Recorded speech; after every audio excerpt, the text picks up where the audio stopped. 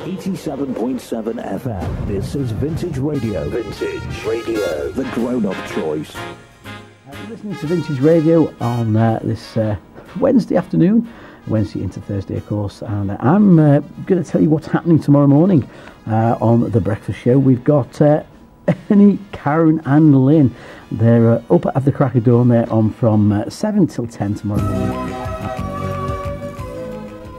Hello. Well, I'm doing a commercial for my book that's recently been published. Pretty important people behind little doors, isn't there? The cathedral. You do see them from time to time. 7.7 FM. This is Vintage Radio. Vintage Radio, the grown-up choice. Here with the Vintage Radio. Well, it's several months ago now, and my wife, who's chairman of the board here at the YMCA, had received a call from John Kocher. John was looking around for premises, and she came home one night and said to me, "Gordon, there's somebody coming to the YMCA and they're interested in radio. Can you get it?" Next thing that happened is John came round, and we had a long session in the dining room, and he explained the project to me, and that's where it all started. On 87.7 FM, this is Vintage Radio. Vintage Radio, the grown-up choice. 10. My name's David Crosby, and this is Vintage Radio 87.7 FM. Well, I've just driven in from West Kirby, and I couldn't believe that 3 weeks ago we were in the midst of winter, and now here. Sue, could you tell us about your position with the YMCA? Yeah, well, I'm actually chair of the Board of Governors of the YMCA. As you know, the YMCA is a registered charity, and it's governed by up to 12 governors in one time, and it's our responsibility to make sure that we finance it and it all runs smoothly. What has having the Vintage Radio done for the YMCA, do you think? Well, it's given us a really good opportunity. The building we had prior to this new build was a lot larger, and we actually did a lot of community activity in there, both with young people and old people. And when we had to knock down and rebuild, we had to cut all those ties. And what the Vintage Radio has done, it's given us the opportunity to launch, if you like, a new community link in a fabulous way from the YMCA itself. So it's been very, very good indeed.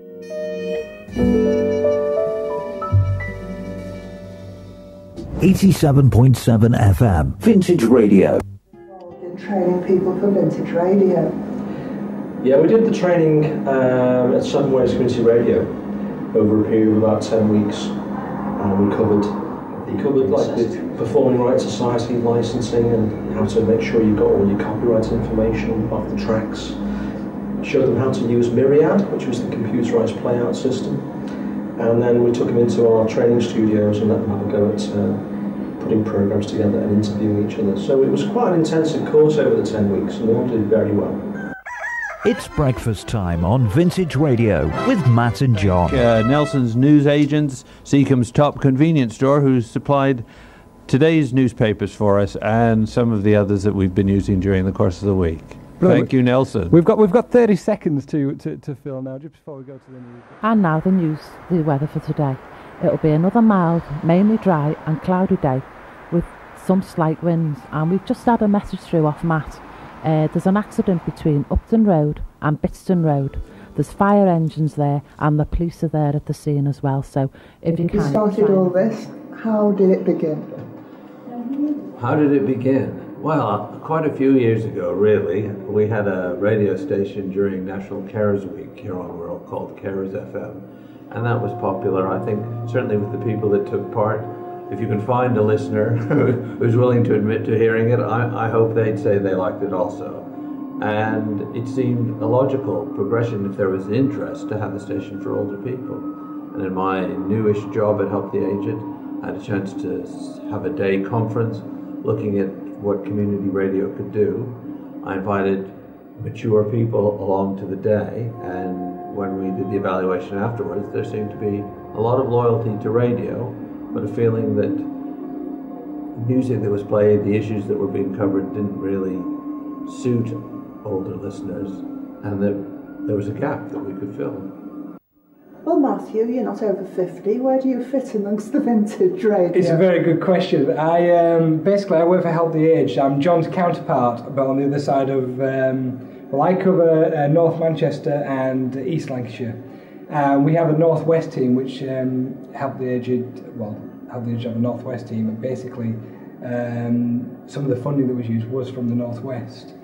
And obviously we need to spend the funding that's there, and the radio project was broached, and I was very, obviously supportive of it, saw the potential of it, and so John and I, John was saying, let's do a radio station, and I said, that sounds like a fantastic idea, I'll do that too. Oh, Stevie Wonder there, of course, if you are having a slow foxtrot there, and I just called to say I love you. This is Vintage Radio on 87.7 FM, the grown-up choice. So John, you're a special person because you're a presenter and a techie. Oh, I suppose so. It was both done by accident, really. And then next thing I'm being asked, because I've got my own little studio, can I do these programs and what have you? And then the technical side said, well, you've got your mixer desks and everything, and you know about computers, so and I ended up doing production, tech, presenting, and loved every minute of it. It's been absolutely fabulous. This is Vintage Radio on 87.7 FM, the grown-up choice. That's right, 87.7 the grown-up choice, and Stevie Winwood and Valerie. Why did I play that track, you may ask, if you just turned on? Because it's V, Valerie was in the name, and for the last hour and a half we've been working on... We wanted a rival location for the BBC's Desert Island Disc, so I called it Feburary Island Disc, and as if by magic I moved it for an hour into the South Pacific. When I started to really enjoy it, once I got into it, I relaxed better, and it was an enjoyable experience. I'm Phil Ireland, and I'm presenting a series of programmes about the history and development of the blues on Vintage Radio this week. First couple of programmes dealt with why the blues developed where they did in New Orleans and the Delta Mojo Triangle. I then talked about why the blues spread to other parts of the US and why in the 1960s it came over to Britain. Judith. Yes, hello. What was your programme? It was called Roundabout Wirral, and it was a programme introducing people to some of the neighbours they might not have met before. So I had someone on who was from Women to Women for Peace, who do excellent work sort of between communities that don't normally communicate. That's people overseas in troubled areas in particular, where women are trying to keep their families going and their communities going under the most difficult circumstances of war. Which I was allocated, and then I had to step in and do another one because somebody couldn't turn up. But the two I was allocated, I basically just wanted to play a whole range of music. And what was your best moment during the week? During the week? I think coming in at the last minute. What a beautiful, beautiful voice, Frank Sinatra. As I said before, one of my favourites. Now we're at a time in our morning slot where I'm looking at breakfasts from around the world. And today we're looking at the breakfasts in America. Which one's Alwyn and which one's Lynn? Hello, afternoon Chris. I'm Alwyn. I'm Lynn. Alwyn was married to my cousin, that's how we know each other. Oh, so that's why you're so chummy. Yes. It's a very chatty show. Yes, yeah. It was called a Stroll Down Memory Lane. And it was all to do with the docks, the way they were, the way they are today. And then we looked at a couple of other areas of life on Merseyside. One as a place from which people set out to a new life in the new world. And today we looked at entertainment from hunting in the Middle Ages up to the present day and the things that's going on now. The highlight was actually finishing because I was quite nervous, and although Abby could come for the first half hour, I was sort of dropped in it for the second half hour, so it was a question of... This is Vintage Radio, 87.7 FM. I've always sang or danced all my life, and so I based that, again, because I know everything's for the over 50s now, but I always feel that in the 70s, now that I'm in my 70s, I find that it's slightly different. And so I looked for places where people in the 70s would feel comfortable. and I found a place where they could go to dance and tap dancing, because I'm still tap dancing. Well, I could, the legs won't go now. And a new music group that we've got started, so I've based the second one on that. 87.7 FM. This is Vintage Radio. Vintage Radio. How did the show go? Gosh, it was absolutely amazing. It was buzzing. I am still up there. It was amazing. And how did you manage to get him on your show? Oh, well, I do know Steve actually, because he used to be, he was a counsellor, so I have dealt with Steve before, so I do know him. So I just rang him up, and he agreed. Thoroughly enjoyed it, Chris. Yeah. And getting up in the very early morning, how did you do that? That was for the early morning show, yeah, with Ernie and Karen. Well, I never slept. I didn't sleep, and now I've gotten the pattern, and I'm up at the crack of dawn now. So it's done me a favour really, because I get all my housework done early.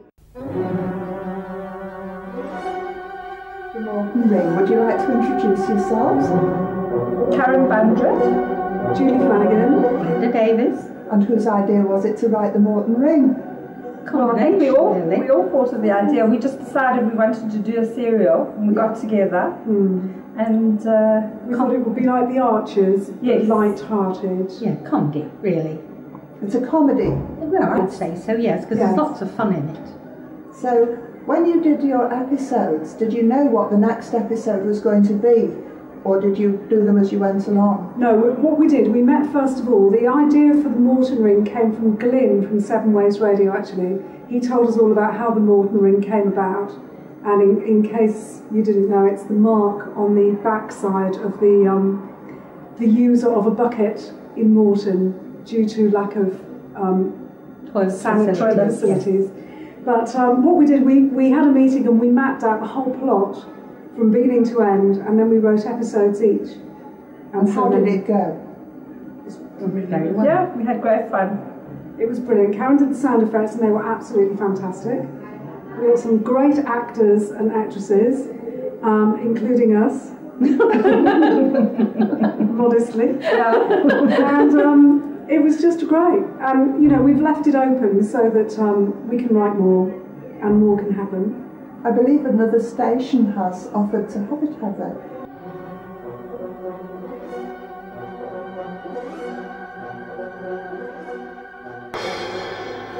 they? Ed, before everyone arrives, we need to discuss what we are going to do about Flo. A decision needs to be made, and the sooner the better. She has a pretty little voice, but she constantly falls asleep. I agree with you. If we are looking at entering these competitions, then it's unfair on the others. Do let her know as soon as she arrives that she is not suitable. So Mark, how did you find the course? I really enjoyed it. It was great. I used to do hospital radio quite a few years ago and saw this thing in the paper about vintage radio, and I thought let's get a chance to get back in doing what I like to do again, and the course went really well. Really enjoyed it. So it was great fun. I think it's absolutely amazing that all these people from different kinds of backgrounds have come together, you know, to produce this radio station. I mean, if you were professional, you'd say it would never work, and it has worked, you know, and people are enjoying themselves as well. And I think some of the quality of the programs they put together are fantastic. And the other one was when me and John left the YMCA, and we listened to it on the car radio in my car. We went back to his office, and it was still working perfectly because everybody was doing everything they said they would do. They were still, you know, fulfilling their duties. It was, and we could hear it, and we'd left, and it was just, we didn't really need to be there. I love the Morton Rings, the drama they put on. Fantastic. It was your original story, wasn't it? It wasn't my story, no. I knew the story about people who came from Morton. My mother was originally from Morton, and she used to live in what was known as the shanty town. Where Cadbury's is now was known as Fellowship Field. And one of the things, it was my ex-father-in-law who said to me, if you come from Morton, you've got to have a ring on your bottom, because it's where people used to sit on the buckets. And that's where the story came from, so that's where the Morton Rings idea came from. But it wasn't actually my idea for the story, just that little... This is Vintage Radio. Vintage Radio. Don't know when, but I know we'll meet again some sunny day. So Gareth, you've finished Sunday off each time, have you, with your show? Yes, that's right. I've been the last one on Sunday, taking the last 2 hour slot each week. And today you handled the final party. Yes, the ideas changed through the week of what we would actually do on the last programme, and I kept on coming up with different ideas, so we finally had something where it would involve as many people as possible in the last few minutes. And when they gathered on your show, what kind of atmosphere was it? I think it was a terrific atmosphere. It was a very happy atmosphere, but at the same time, there was a little bit of sadness that it was the last time that we were presenting. But I think everybody rose to the occasion and got in the right mood, and so I was quite pleased with it.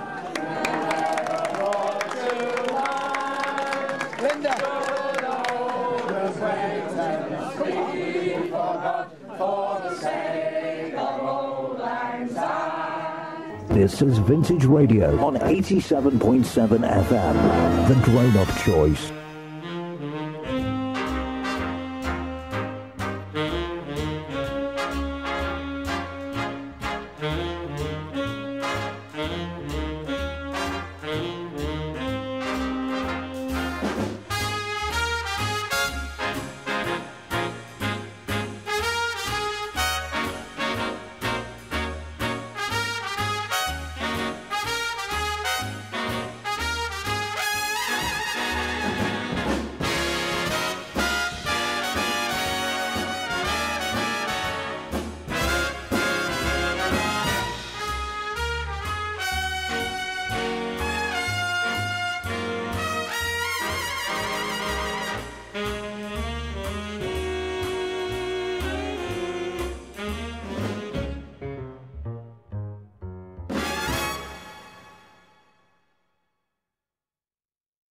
It was fun. The adrenaline goes when you're not prepared and it's last minute. You work off your adrenaline, and I really enjoyed it.